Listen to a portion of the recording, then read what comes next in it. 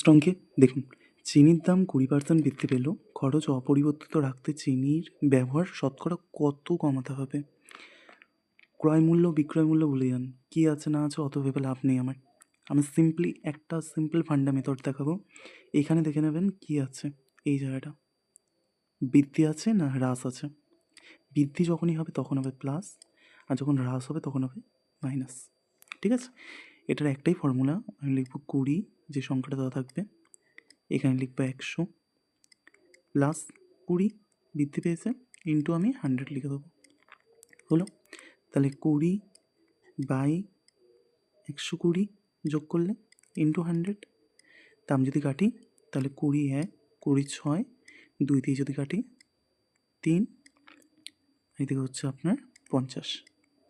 তা আমার উত্তরটা আসলো 50/3।